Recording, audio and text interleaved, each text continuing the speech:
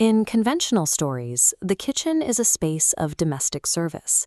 In Nafiza Azad's short story, Mirch, Masala, and Magic, that same room serves as a fortress where food is forged into a weapon. We see this transformation begin with Nazneen. She is a starry-eyed young woman who returns to her family 3 months after her wedding, hollowed out and wordless. The inciting threat arrives via a phone call. Nazneen's abusive in-laws, the villains, announce they are coming for dinner, expecting the family to return the bride and save face. The matriarch, Daadi, derails these expectations. She steps in to protect her granddaughter with a command that shocks the family. This time, I will cook. Every dish Daadi prepares functions as a spell. As this passage shows, her magic is methodical and hinges on a niyat, or a verbalized intention. To work, the family must state their goal aloud, forcing the villains to admit to their abuse. When societal norms fail to protect women, the family creates its own method of enforcement, one that demands the truth. This process follows a structured, chronological recipe that begins days before the dinner. The environmental elements are gathered under specific conditions. Lemons for the nimbu sharbat are drawn at dawn amid birdsong. Every ingredient is collected under full light, chosen to illuminate the secrets the abusers are hiding. The real engine of the spell is the spice. Daadi teaches that salt represents tears, and sugar represents a smile, but mirch, or chili, is the necessary catalyst. The mirch marries the intention to the ingredients, turning a savory dish into a functional weapon.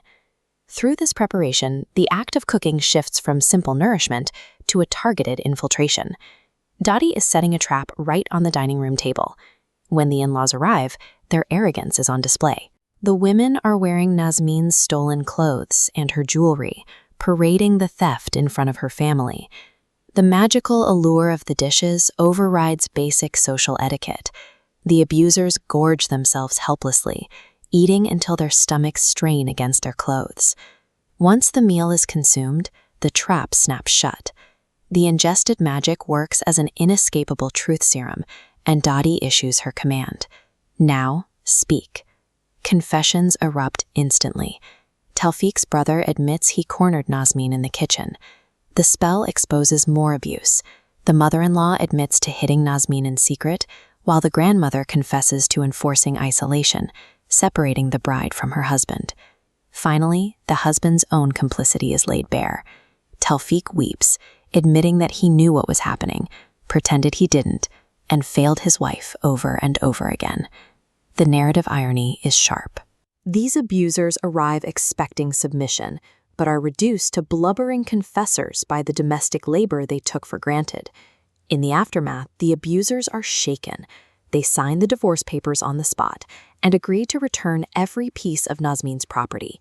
The punishment continues after they leave the house. Daadi reveals the lingering curse of the mirch. As the food digests, the magic ensures the abusers spend the rest of their time involuntarily confessing their sins to everyone they meet. This entire sequence highlights Azad's thematic depth. She takes the kitchen, a setting often used to limit women, and reclaims it as a source of power and protection. Once the house is cleared of the villains, Daadi pivots to a final act of magic. She reaches into her reserves and serves Nazneen a sweet motiture laddu. The laddu acts as an antidote to her trauma. The moment Nazneen eats it, her tears disappear, and the taste brings her the feeling of fireworks in the sky. The savory feast shatters the abusers, but the sweet magic restores the victim. Daadi's power is dual purpose. It is a ruthless weapon against those who do harm, but its highest purpose is the healing of sisterhood.